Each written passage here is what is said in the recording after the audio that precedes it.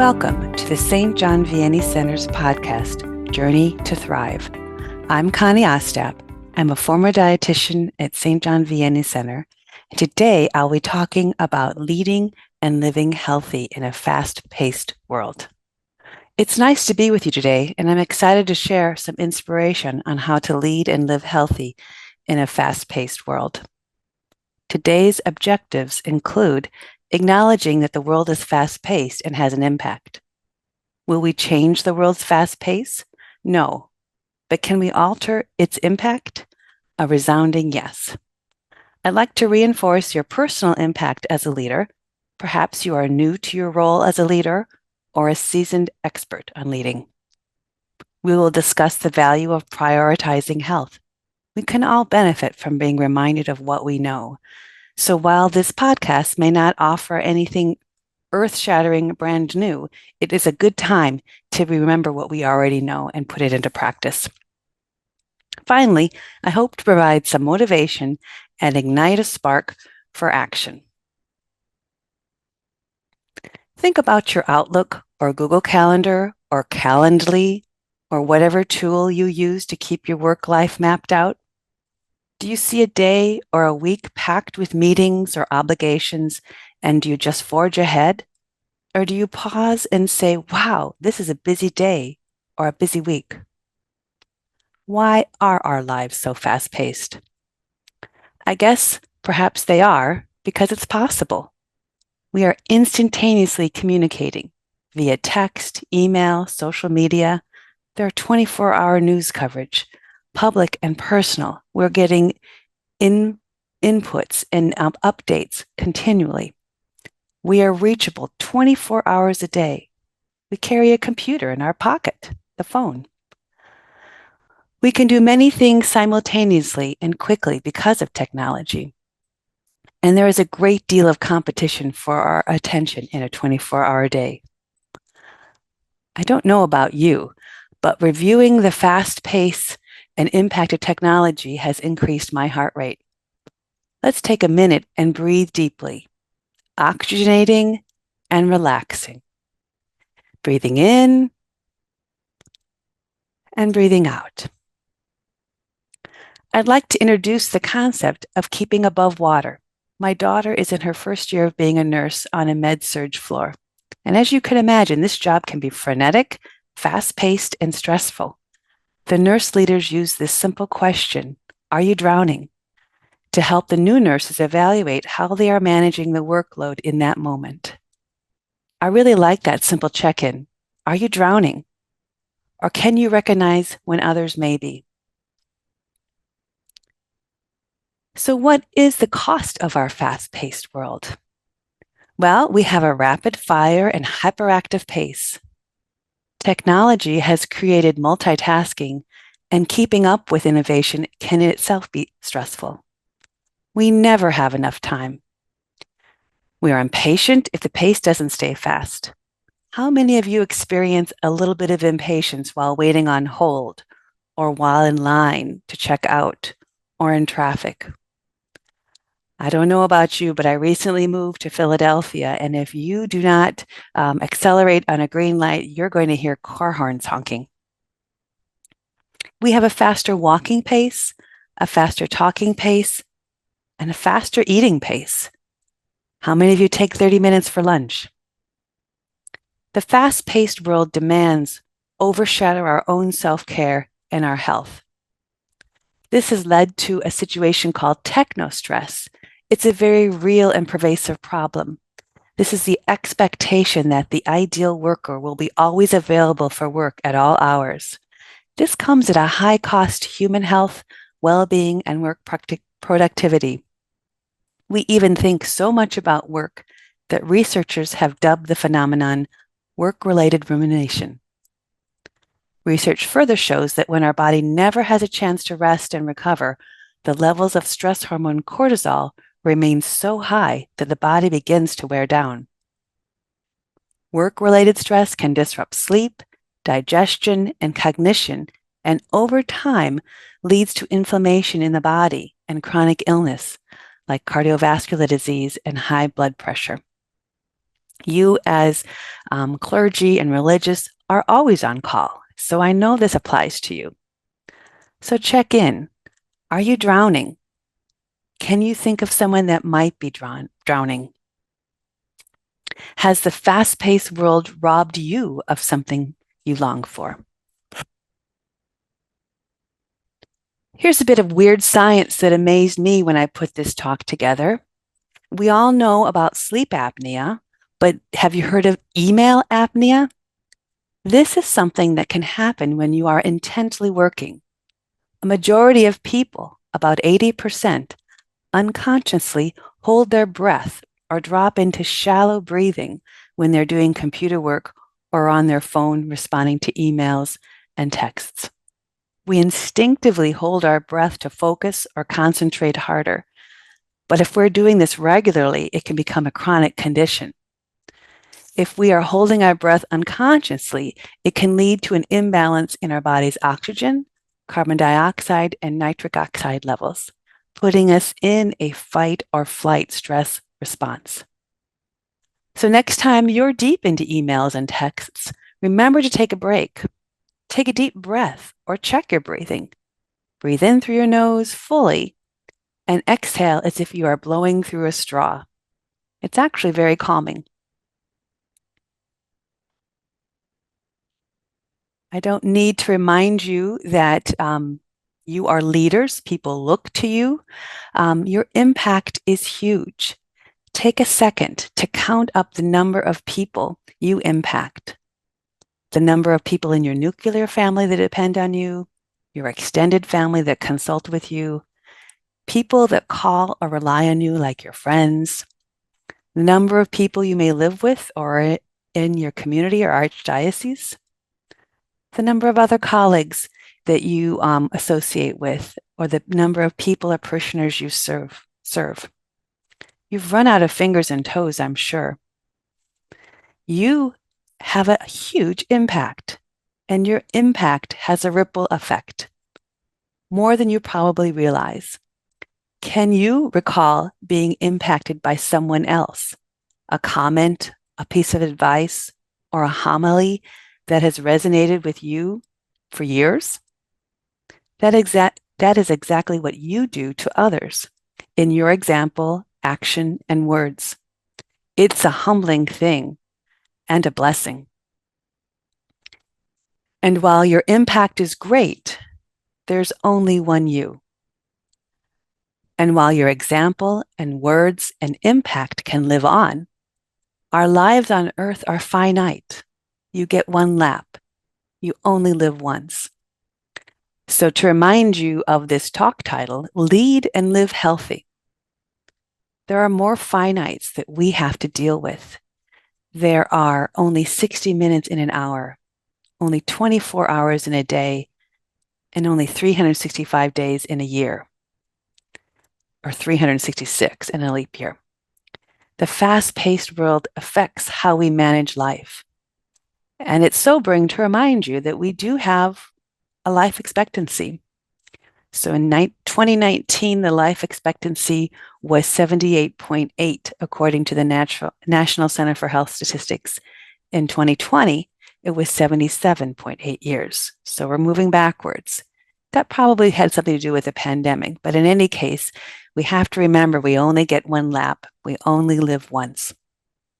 So we want to make the most of how our life is lived. Our daily routine greatly impacts your health.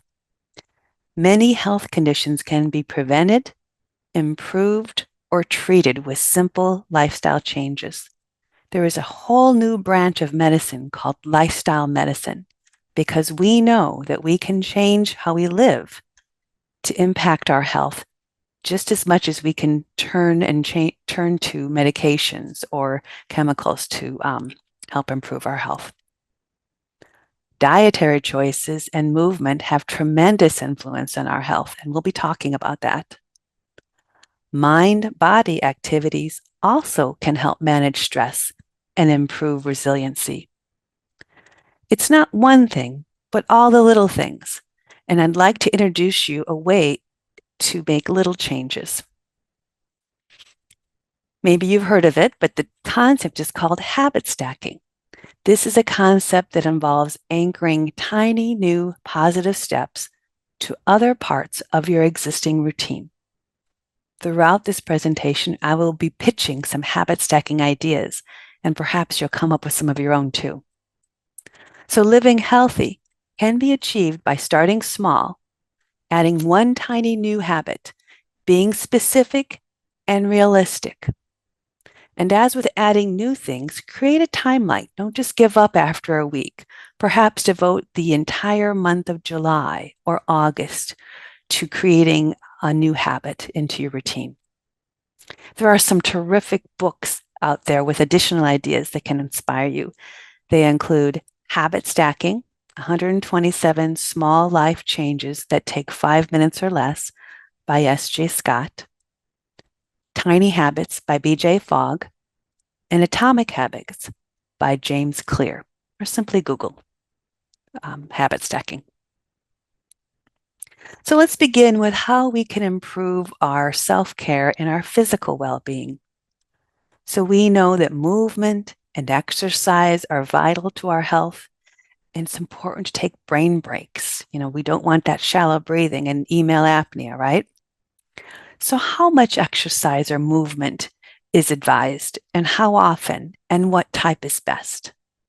To answer those three questions, as much movement and exercise as you're able to fit in. How often? As often as you can. And whatever type is best is whatever type you enjoy. You simply need to incorporate movement and exercise to what you like and enjoy. If you don't enjoy doing it, it's not going to happen.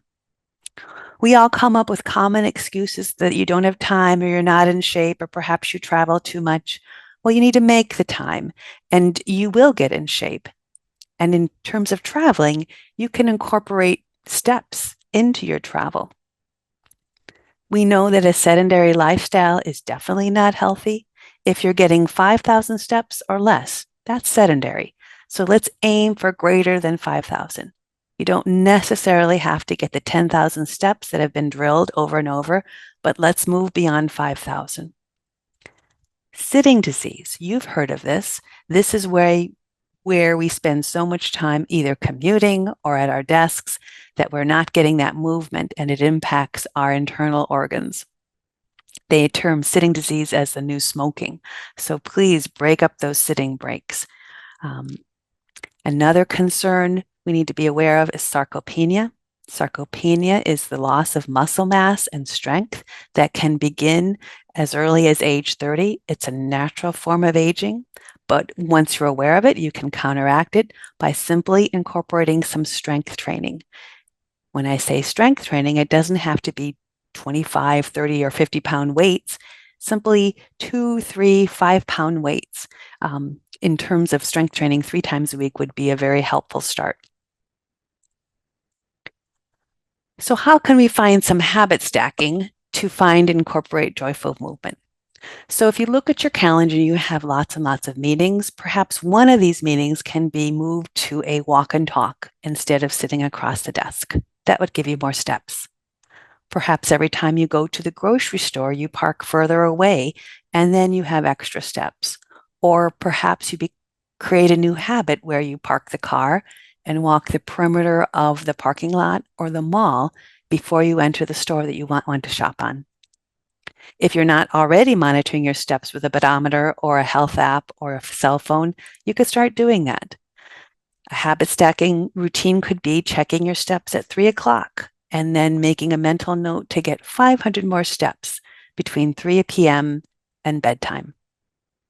Perhaps you would want to bookmark an exercise at your desk PowerPoint. You can Google desk exercise and find one. And every day before you close up your computer, you spend 10 minutes doing a desk exercise. If you're traveling, as I mentioned, instead of sitting and waiting to board, you could walk inside the airport. We know that exploring parks and connecting with nature has a lot of benefits. So if you have a short drive to the rectory or to your office or to your place of work, perhaps you can stop at a trail or a little park and begin your day with connecting with nature and a brief walk.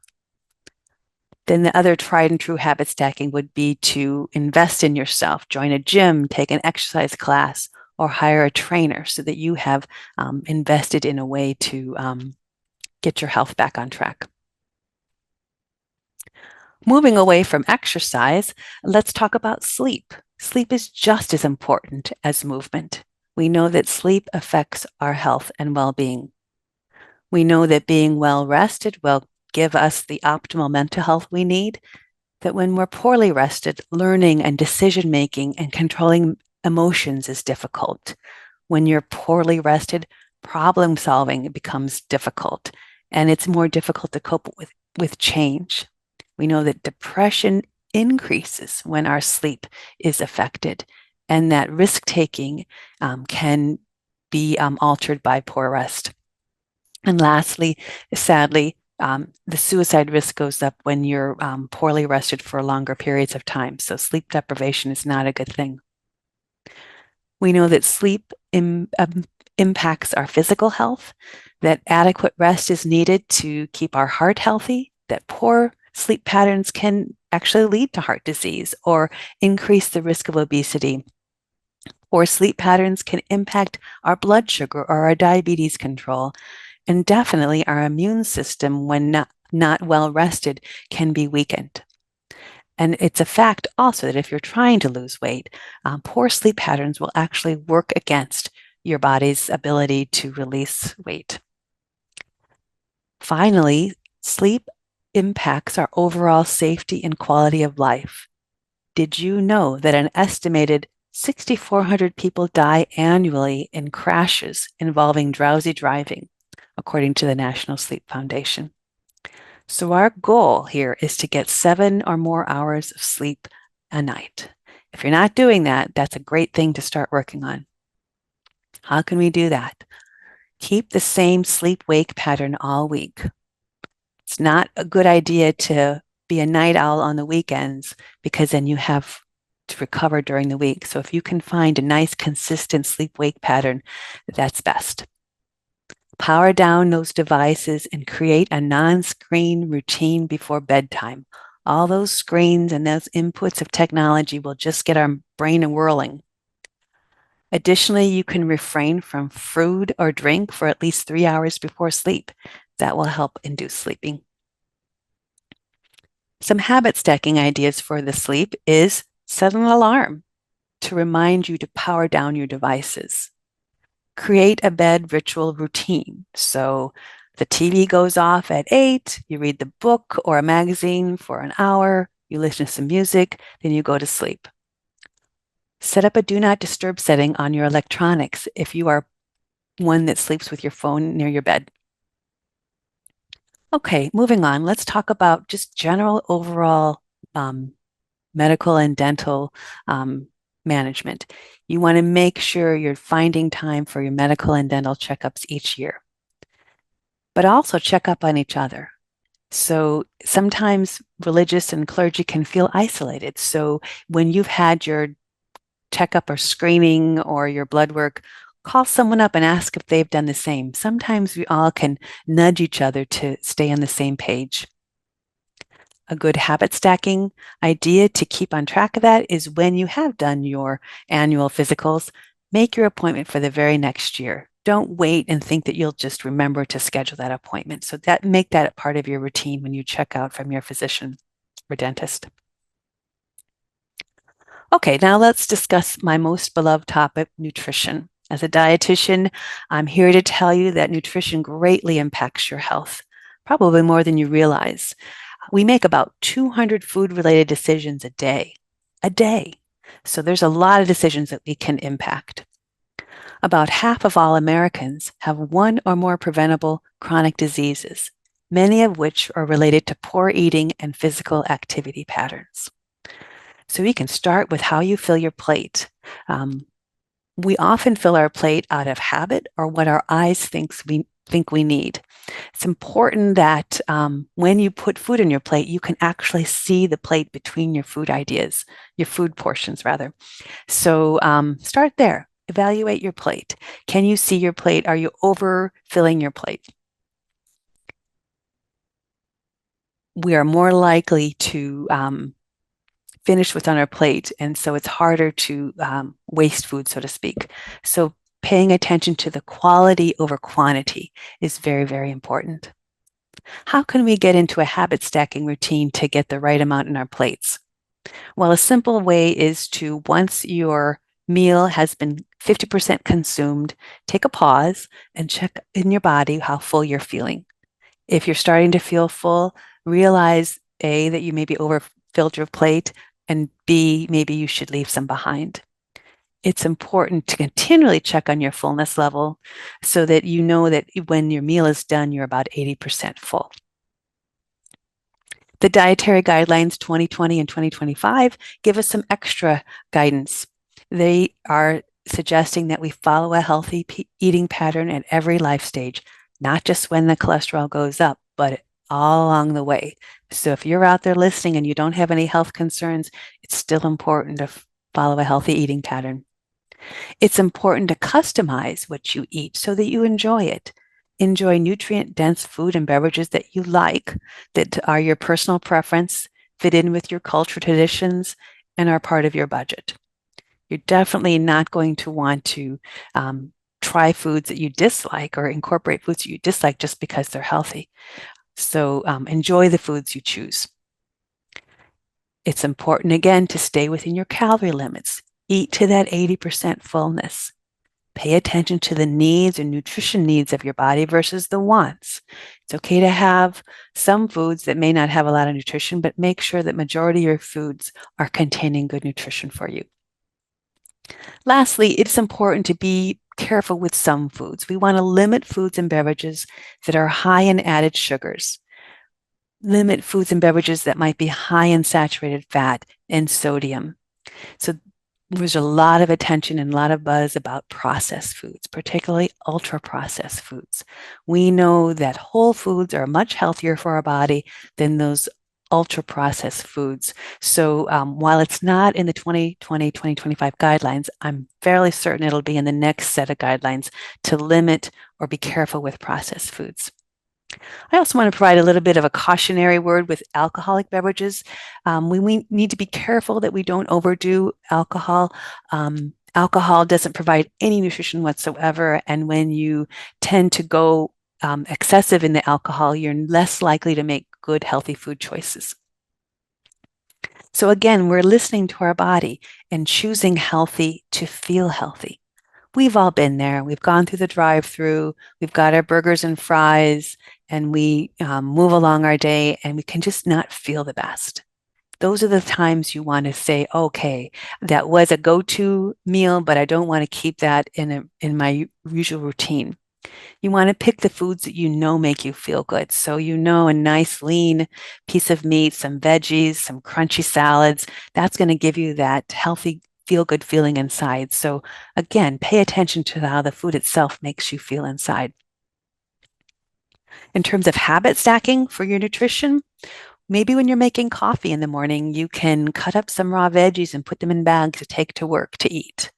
Or when you're grocery shopping, instead of going down the potato chip aisle looking for a whole grain cracker that will give you that crunch, that will be a little more nutritious than an ultra-processed potato chip. Another thing you can do is pick up the labels, look at the labels of some of your favorite foods. And if the list of ingredients is really, really long, you can think to yourself, okay, that's pretty processed, and find another way to a food that's less processed. You as a leader can also advocate for healthy foods.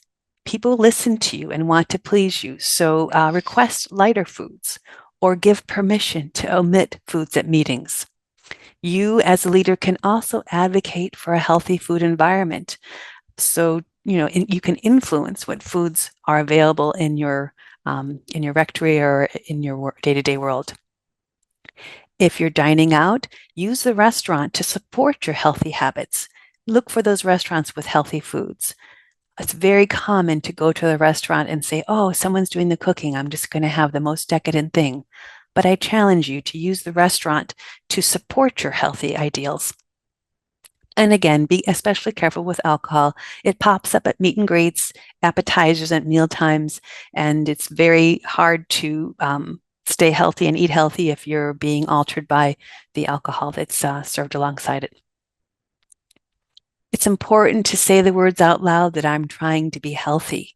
When you say it out loud, it reinforces it to those around you and to yourself. Being a leader in this way will help others to follow you and support you. It's great to notice healthy efforts in others and provide reinforcement. People feel good when they are noticed that they're choosing healthy or trying to be healthy. When it comes to health, you don't need to be perfect, but strive for balance and moderation, not perfection. The old adages are also good to remember: eat to live, not live to eat. Remember that food is a fuel, not an escape. If you're turning to those cupcakes to make yourself feel better, there's something else going on, isn't there? And lastly, you do not have to clean your plate.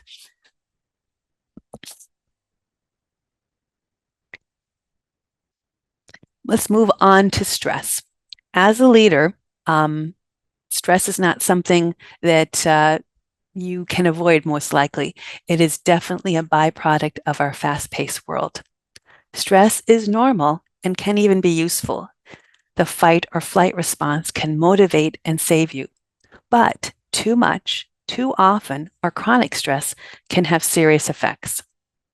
We need to be able to manage stress. We need to identify the cause and find ways to reduce stress and healthy ways to relieve it. How can you relieve stress?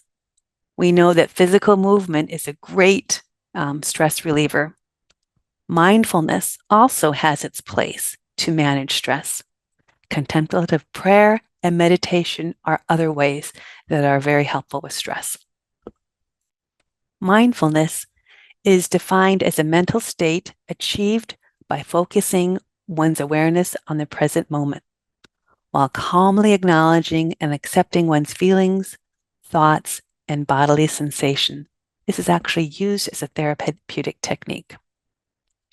And it's a form of self-care. This mindfulness or moment-to-moment awareness slows us down, reduces our stress, and improves our focus. You're paying attention and being intentional, and your focus is improved. Our cognitive flexibility is enhanced with mindfulness, and we have a greater self-insight. And it also decreases emotional reactivity. But it must be practiced. Do you have a place of peace? A place that you can pull up in your mind or in your memory that will give you just a little bit of relaxation just with the thought of it? For me, my mini mindful retreat place is a remote lake that you need to hike to. And I can just close my eyes and picture the blue water, big puffy clouds. I can hear the wind blowing through the trees that surround the lake. And it's just something that I think of often when I have a hectic moment. So I'm challenging you to find your place of peace. Perhaps you can find a picture of such a place and make it your screensaver. We spend so much time on our computers, don't we? Other mindful helper words to keep in mind are living with attention and intention. So while you may have a lot of things whirling in your mind that have just happened, take some time to be in the present moment and manage where you are at that time. How can we habit stack being mindful? Well, we can set, again, a time of day or a end of day or whatever you choose to insert your favorite stress buster. Maybe listen to a lively song, maybe stand up and move about to a piece of music you like, maybe some meditation, but you can cue that mindful time into your routine. Another area that we need to discuss is compassion fatigue. This can develop over time. You are not immune to being fatigued, and your compassion skills, where you feel and care for others, can erode. So how do we prevent this from happening? Excellent self-care is a must. 2 hours of self-care per week is advised to restore and renew. Ideally, 2 hours in bigger chunks, not just 5 minutes, 6 times a day times 5 days a week. So really carve out some time for your own self-care, for your mindfulness. It's important to seek joy and reach out to those you love and focus on what you can control. So much of our lives we cannot control, but what we can control, we need to focus on that. It's helpful to incorporate laughter. Laughter is medicine. We know that when we incorporate laughter, our body is more relaxed. We know that laughter boosts our immune system and triggers our feel-good endorphins. It actually protects our heart and burns calories. Laughter also lightens anger's heavy load, and it helps you live longer and happier. So how can you do some habit stacking with laughter? Well, my favorite piece of habit stacking with this is purchasing a joke a day calendar. Start your day, read your joke, rip it off, and wait for tomorrow's joke to be read. Or seek funny jokes or puns to share with others. Be the bearer of laughter, or just start laughing. Laugh at yourselves. We do some pretty wild things sometimes. Okay, moving on to how you can manage self-care with your spirit. You have committed your life to consecrated life and relationship with God and your prayer life. It's important to remind yourself of that. Find your favorite Bible verse to inspire you. The one I like to share is from 1 Thessalonians chapter 5, 16 to 18. Rejoice always, pray without ceasing, in everything give thanks, for this is the will of God in Christ Jesus for you. So post your favorite Bible verse or inspiration. Nurture your spiritual well-being by regularly praying, keeping confessions in your world, spending time alone in the chapel, perhaps. Again, connecting with nature, working with a spiritual director. You are not alone. You are one of many who need to tend to the self-care of your spirit. Sing. We always think that singing is like praying twice. How can we habit stack our spiritual well-being? Perhaps you can create a playlist for different times a day to listen to. There's also a great app for our phone called Hallow you might want to explore. Find different ways to rejuvenate your spiritual well-being. Now, I'd like to talk a little bit about hope. Hope is something that also is very helpful to counteract the stress and fast-paced world. Hope is a forward-looking faith with positivity and openness. It's finding joy, peace, and patience. It's inspiring resilience and overall inspiration. We can look just as far as our beloved Pope Francis for a simple life-changing message for hope. He's quoted as saying that God's love can grace each of us with a lasting and sustaining hope, no matter how dark or confusing our situation. So, yes, it's important to remain hopeful and be reminded that, you are the hope for others and must, instill the hope in yourself. So I want you to consider what you can do today for your own self-care. Accept the challenge to anchor a new positive action to something in your current routine. That habit stacking can be a help. I'd like to remind you to just breathe. We don't want to be holding our breath or so focused that we're not taking care of our own well-being. Remember that "are you drowning" question. Are you drowning? Are you witnessing someone drowning?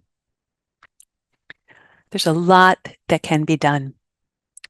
So in summary, I want to remind you to prioritizing your health, that's vital, to care for your physical well-being in your movement, in your sleep, and your nutrition, those 200 decisions or more you're making each day, to care for your mental well-being by practicing stress management and mindfulness, to care for your spiritual well-being by inspiring your own faith and hope and finding that self-care time, and lead others to healthy by modeling healthy.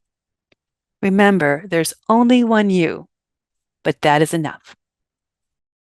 So in summary, it's important to prioritize your health in mind, body, and spirit, caring for your physical well-being through movement, sleep, and nutrition, caring for your mental well-being through stress management and mindfulness, caring of your spiritual well-being through faith and hope, leading others to healthy by modeling healthy. There's only one you, but that is enough. We hope you found this information helpful on leading and living healthy in a fast-paced world. You can tune in to our upcoming podcasts, Journey to Thrive, on our website at sjvcenter.org. Click on resources or anywhere you get your podcasts. Thank you, and God bless you.